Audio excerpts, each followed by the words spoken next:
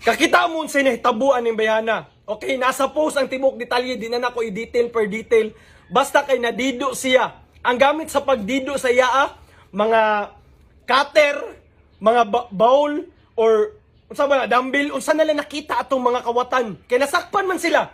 Unya, wala sila saktong emosyon, nagilty sila o di sila kabalo mo take accountability na ngaratol para di sila masakpan. Ilan na lang gikalas ang kinabuhian ng bayhana. Mao ni, anak agul pagid anak mga minor de edad. Kabata pa ninyo. Nganong inyo man nagikalas ang kinabuhian ng inosente nga bayi. Sa mga pamilya aning bayhana, sa ginikanan, rest in peace, o condolence sa inyo ang ma'am sir. Ang tumong ani nga video is to educate young ones karon, mga young bloods, mga bagong tubo, nga nasukwahi, nalahi sa laing dalan. Ha? Kamu, asa may padulong ni mga bataan, nga bata pa mo na, di mo na pwede presoho, no? Dito ras DSW, unsaon man nila pagtindog, unsaon man nila pagdawat ang konsekwensya sa ilang sayop nga nabuhat. Muna ka mo kids, paglantaw mo o paminaw mo sa akong istorya karon. Walay sayon, walay shortcut padulong sa kahayahay, walay shortcut para madato. Kanang mga nadato diha, wala na sila nadato ra kalit kay swerte. Ha?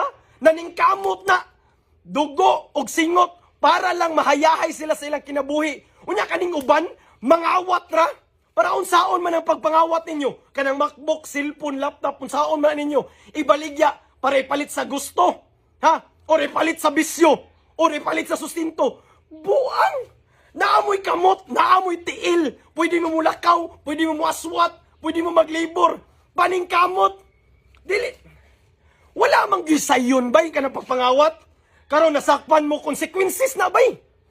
Laban mo bata sa kinabuhi. Yati walay rason para patyo ninyo ng inosente nga kinabuhi. Ha? Academic achiever. Ang babayi. Academic achiever. Gasaka na siya. Nagkuha sa iyang mga pangandoy sa kinabuhi pero wala siya kadayon. Kaya inyong gikalas iyang kinabuhi. Sa mga bata nga naminaw diha, sayop na. Okay? Sayop na, paningkamot mo. Mo na kay nangabulok na tatanan diri, na gangster-gangster, piling gahi sa street, kaya tanan. Na wala day pang kuan, day pang kaon, wala pang sustento. Manigarilyo, mangayo pagsinsilyo, magbisyo-bisyo. Bisag wala ka sustento sa kaugalingon. Na, mga bad influence sa barkada, dili na maoy importante sa kinabuhi. Laban ng patas, uy. Sa pamilya anin niya, rest in peace, no? O sa mga bata nga galantaw karon, kabantay mo dili kay anak ako kusog akong syagit. Kaya di na ako makontrol akong emosyon. Naguol ko galantaw sa nahitabo. O sa mga bata diya pagmatngon mo ha, ang pagkuha sa kinabuhi sa laing tawo dili ginamaayo. O ang pagpangawat bisag unsa pa na nga mga illegal nga butang ayaw niyo nagsudli. Mas maayo na lang maglibor mo. Laban magpatas sa kinabuhi, at least limpyo ang kwarta nga inyong gihawidtan. Good health and God bless. Amping mo sa inyong life. Unta na mo'y natunan.